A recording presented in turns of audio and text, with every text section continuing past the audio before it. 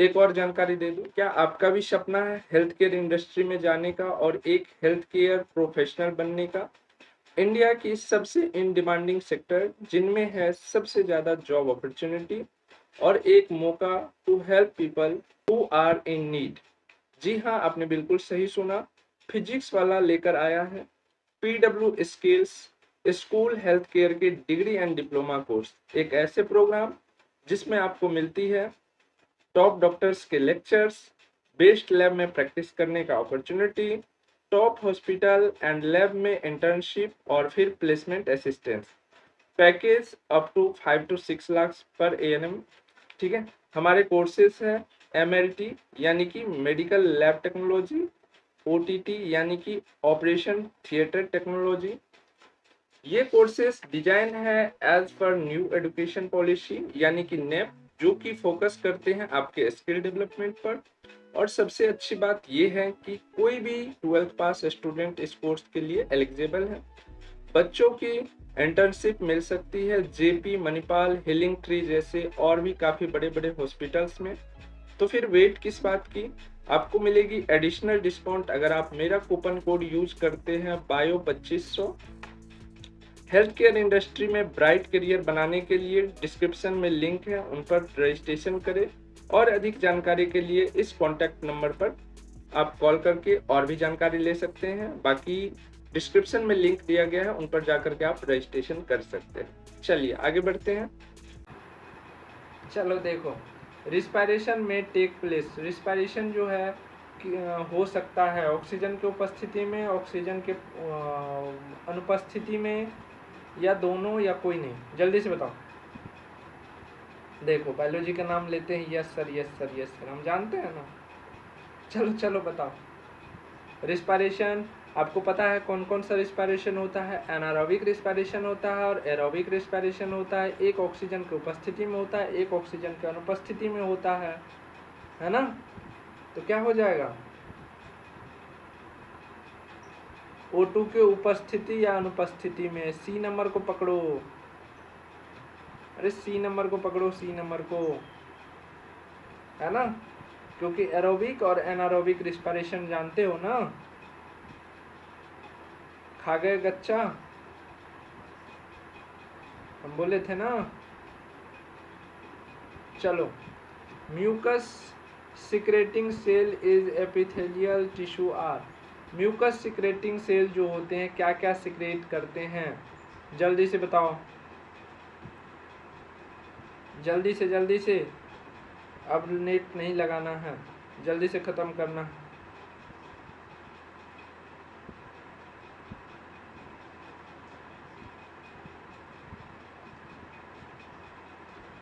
Mucus किसके द्वारा secrete होता है? गोबलेट सेल के द्वारा, है ना। राइट आंसर क्या हो जाएगा? सी हो जाएगा। आगे बढ़े, अगला क्वेश्चन देखिए। Stomach in vertebrates is the main site of digestion. Stomach में किसका डाइजेशन होता है?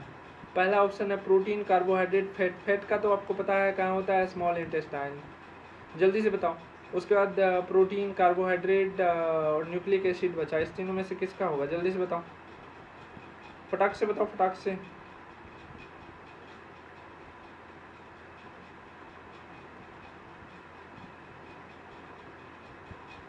पैरामेडिकल में कितना सीट है? सब सीट पे बैठोगे तुम, अपना सीट से मतलब रखोगे। पैरामेडिकल में कितना सीट है? लग रहा है कि पैर फैला के सोएगा 10 गो सीट पे, 10 गो सीट से मतलब रखा है। अपना सीट से मतलब रखो ना। एक सीट सोचो कि जितना भी है 5 गो है तो उसमें से एक सीट मेरा है, हम बैठेंगे उस पर तो बैठेंगे, चाहे 5 गो रहे 50 गो रहे, एक मेरा है तो है। चाहे उसके लिए हमको 50 मार्क लाना पड़े, 100 मार्क लाना पड़े, डजेंट मैटर, लाएंगे और एक सीट कब्जा करेंगे, है ना। प्रोटीन सिंथेसिस आपका स्टमक में होता है, याद रखना। क्लियर है? ये जोश हर वक्त रखो, सीट से मैटर नहीं करता है। 2000 सीट होगा तो एगो हमको मिल जाएगा, तब तो ये भाग भरोसे रह गया ना तुम। पर जनरल से है, जनरल से है तो कौन चीज है? जनरल के लिए सीट नहीं है क्या जो तुमको लटकना पड़ेगा? ईडब्ल्यूएस है, ये है। ईडब्ल्यूएस ओबीसी से भी कम रैंक में मिल जाता है। चलो, विटामिन ई को क्या कहा जाता है? पहला है रेटिनॉल, टोकोफेरॉल, कैल्सीफेरॉल, थायमीन, क्या बोला जाता है? ये तो आप लोग को बताने के हैं कि सबका बताओगे। रेटिनोल, टोकोफेरॉल, कैल्सीफेरॉल और थायमीन, ये सबका सब बताना कमेंट में, होमवर्क मिला सबको,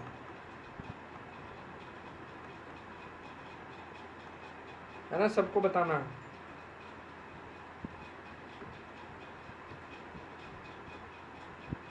टोकोफेरॉल ना, हाँ राइट आंसर तो टोकोफेरॉल होगा। और याद रखना कभी भी अल्ट्रावायलेट रे नहीं पड़ने देना, नहीं तो आपके शरीर से विटामिन सी सूख जाए, सॉरी विटामिन ई सूख जाएगा। इसीलिए जो है याद रखिएगा, कभी भी एक्सरे या एमआरआई वगैरह करने जाए तो उस जो लाइट पड़ता है उस समय मत जाइएगा, यूवी रे निकलता है वहाँ से, है ना, सॉरी यूवी रे नहीं निकलता है, अलग अलग टाइप के रे निकलते हैं, इसीलिए आपको नहीं जाना चाहिए उसमें, है ना। चलो, जहाँ ओजोन में छिद्र हो चुका वहाँ पर यूवी रे निकलता है। Anaemia is called due to deficiency of, anaemia किसके कमी से होता है, जल्दी से बताओ। एनीमिया होने वाला रक्त में होने वाली कमजोरी है, या रक्त से संबंधित बीमारी है, जो कि महिलाओं में अक्सर देखा जाता है। क्यों? क्योंकि प्रत्येक मंथ में उसका ब्लीडिंग हो जाता है, जिसके कारण ब्लड शरीर में कम हो जाती है, जिसके कारण ब्लड में उपस्थित आयरन की संख्या कम हो जाती है, आयरन की मात्रा, संख्या नहीं, मात्रा कम हो जाती है, जिसे हम लोग एनीमिया कहते हैं। राइट है आंसर सी। चलो बहुत अच्छा, किसका किसका पहले आया? निकिता का पहला आंसर है सी। निकिता, महक, साक्षी, दिलीप, जितेंद्र, ज्योति, काजल, कूल इन्फो, चलो बहुत अच्छा। चलो, एक्टिव ट्रांसपोर्ट हमने बता के थक गए। एक्टिव ट्रांसपोर्ट जहाँ एटीपी का यूज होता हो। अच्छा देखो, तुमको बेवकूफ़ बनाने के लिए क्या क्या सब में एटीपी लगा दिया।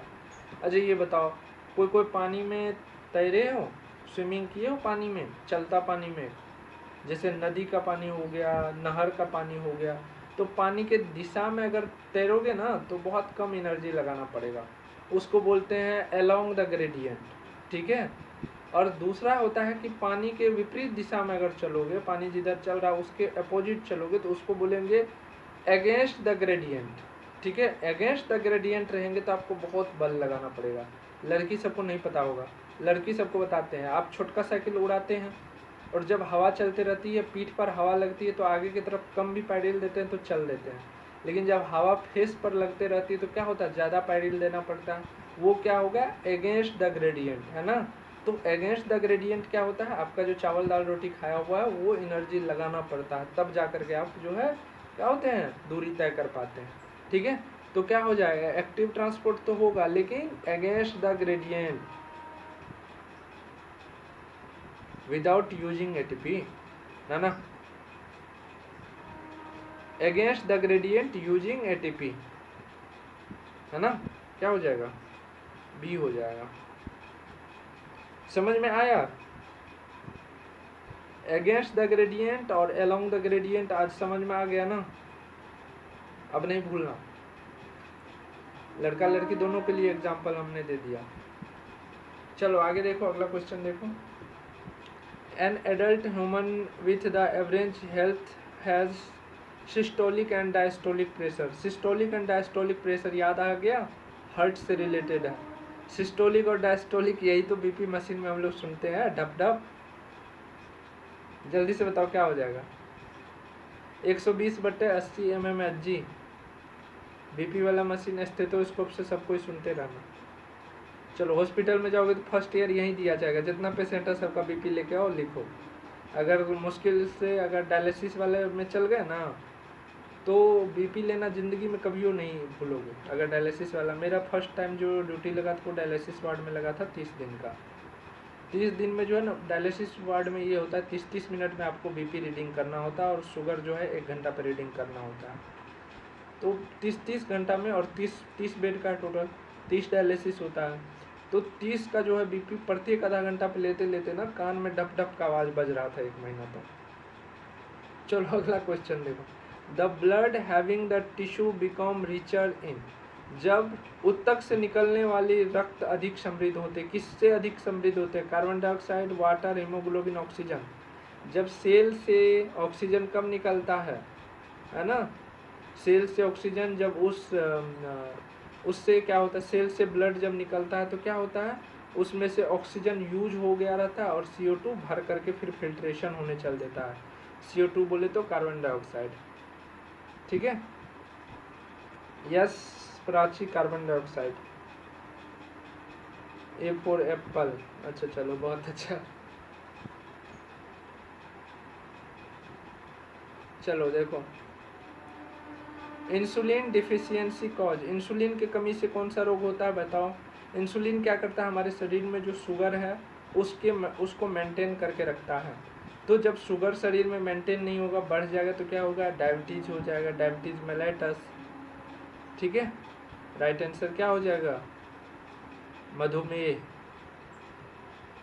चलो नेक्स्ट क्वेश्चन देखिए, नेक्स्ट क्वेश्चन है आपका, नेक्स्ट क्वेश्चन है transport of O2 is done by, transport of O2 किसके द्वारा होता है, ये भी क्वेश्चन बताने वाली बात है क्या।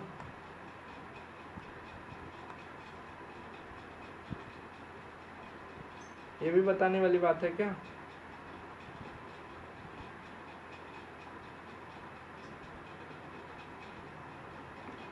चलो आगे बढ़े।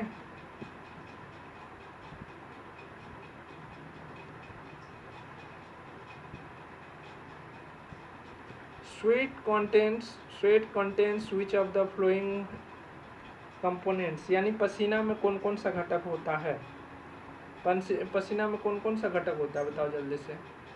NaCl, थोड़ा सा पसीना जो है नमकीन टाइप से लगेगा तो NaCl भी रहता है, किसी किसी का पसीना महकते भी रहता है तो यूरिया भी उसमें रहता है, साथ में अमोनिया भी रहता है थोड़ा बहुत, है ना। तो क्या हो जाएगा, ऑल के ऑल हो जाएगा। कौन सा क्वेश्चन का लगा रहे हो, कोई क्वेश्चन छूट गया क्या ऊपर में, नहीं सही तो है। चलो आगे बढ़ते हैं, अगला क्वेश्चन देखो। Which of the following is a mixed gland, mix gland किसको कहते हैं, थायराइड ग्लैंड को, एड्रिनल ग्लैंड को, पिट्यूटरी ग्लैंड को, पेनक्रियास को। जल्दी से बताओ, पिट्यूटरी ग्लैंड क्या होता है, अब तक मास्टर ग्लैंड कहलाता था लेकिन अब जो है नहीं कहलाता मास्टर ग्लैंड, ठीक है।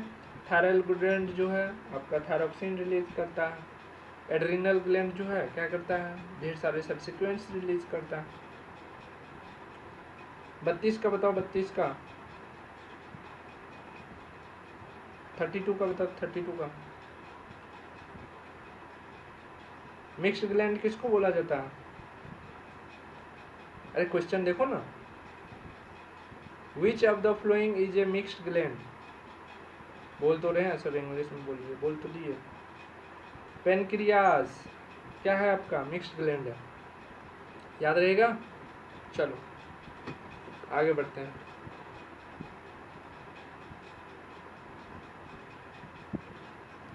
नेक्स्ट क्वेश्चन देखिए, people with having syndrome are invariable affected with Alzheimer disease. अच्छा कौन सा ऐसा सिंड्रोम है जिसमें एल्जाइमर डिजीज होता है बताओ।